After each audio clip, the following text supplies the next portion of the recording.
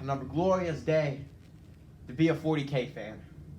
Oh, hey guys, didn't see you there. It's me, William Flea, your local Black Templar representative.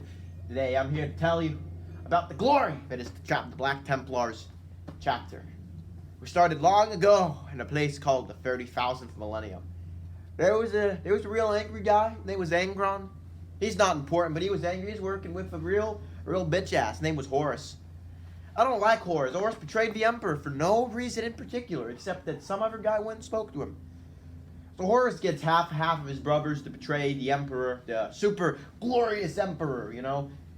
And the Emperor is like, don't worship me as a god. While being immortal, having godlike powers, and pretty much having a personality cult. So it's not his fault that there's a cult to worship the Emperor. That's important for later. So what happens is the Emperor is like, no, Horus, why have you done this? He's like, I'm going to take you over, father, for chaos. Chaos, a real bitch ass, is there to heretics. No one likes heretics. No one. And so, one of the loyal sons of the Emperor, the Primarch Rogel Dawn, father of the 7th Legion, the Imperial Fists, his #1 supporter and his best field commander was a space marine named Sigismund. Sigismund was a Chad. He was a real Chad. Sigismund is hanging out, having a good time, purging heretics and all, when he arrives at Terra with his father, about to defend the throne world from the siege of the traitorous Primarch. We got Angron the Angry Man, the sex-obsessed Fulgrim. We got the sad boy Perturbalo, who's probably the only one who even had a reason to turn to chaos. And then we got Horus being like, I'm on the flagship, good time.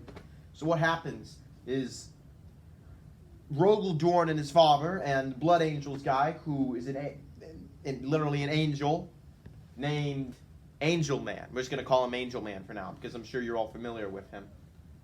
I'm kidding, it's Sanguinius. They all go up to Horus' flagship, and they're like, Sigismund. He's like, yeah. They're like, here's the epic sword. Go kill all the Chaos champions. That's your job. And he's like, I got this. So he basically challenges all of the Chaos guys to a 1v1. There's like hundreds of them there. All of them. Wins every duel. Even challenges Fulgrim, who's now an evil snake man, who is purple and has 4 arms. Fulgrim stuff. It was a bug. Fights him and actually almost wins. Like fucking gives him a scar or something. Then he has to leave. Almost beats a Primarch, which is unheard of, a space marine beating up one. Anyway, that happens. The Emperor gets wounded, stuck on a big golden toilet called the Golden Throne. He's still just chilling there, powering a giant lighthouse that may or may not be attracting space tyrannids to come and eat the whole galaxy. Who knows? Anyway, Sigismund's hanging out. He's having a good time. And then one of the loyal sons of the Emperor, Guilliman, Primarch Guilliman, Robute Guilliman, goes, we're breaking up the legions. Rogel's like, you can't do that. He's like, I'm gonna fight you if you don't do it. And Rogel's like, we can't afford a civil war. Fine. And so he sends all his boys to do the big bad siege against sad Perturbalo, sitting there wanting Rogel to come fight him. And then most of Rogel's legions gets wiped up, and there's enough guy to split it into 3 chapters.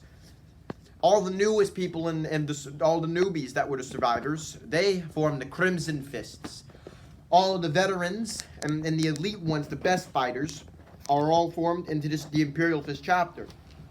And all of the most zealots, the most religious, and the most fanatical of the followers form the Black Templar chapter, led by Sigismund himself. Anyway, Sigismund goes, well, guess what? I don't feel like following this book anyway, so we're going to have a chapter of 10,000 men.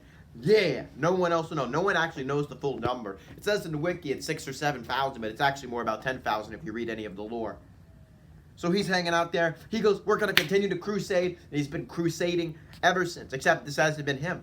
It gets kind of old. And Abaddon, which was the right-hand man of Horus, who Sigismund almost kills, but instead he actually sacrifices all of his best friends. And so Sigismund kills all of them instead.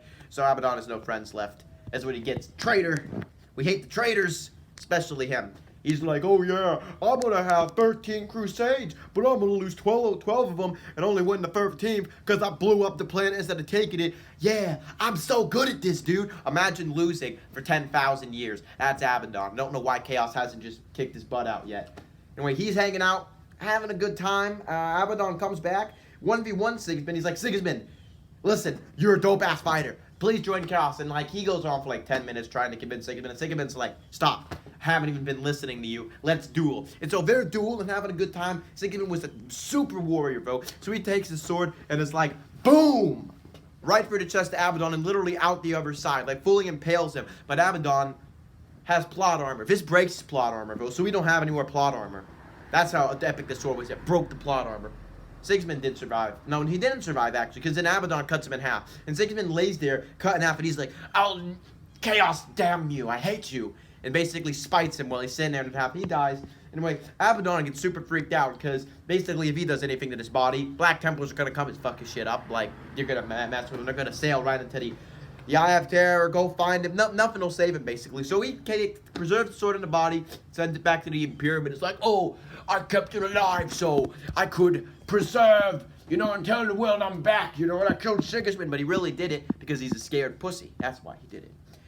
Anyway, that's Sigismund. Anyway, ever since then, there's been many chapter masters of the Black Templar. There's many stories. They fought in Armageddon, and they beat a bunch of orc war bosses with the only actual regular human that's as cool as a Space Marine, which is Commissar Yarick, which has a giant power claw hand. He's pretty dope. Maybe I'll do something on that later. Anyway, fights a space battle there, goes fight Necrons, almost gets his hand cut off, or gets his hand cut off by Necrons. No, I think it almost gets cut off. Gets super pissed off, so he beats the Necron war fleet, doesn't kill the commander, and he's been doing other stuff. This guy is Helbrecht. He's the current High Marshal, but there was like 7 or 8 other ones. But he's the other cool guy. So anyway, ever since Black Templar's just been hanging out, they're, crusading, and getting ready to do all sorts of cool stuff. Anyway, that's Black Templar lore. Remember, praise the Emperor, and have a nice day.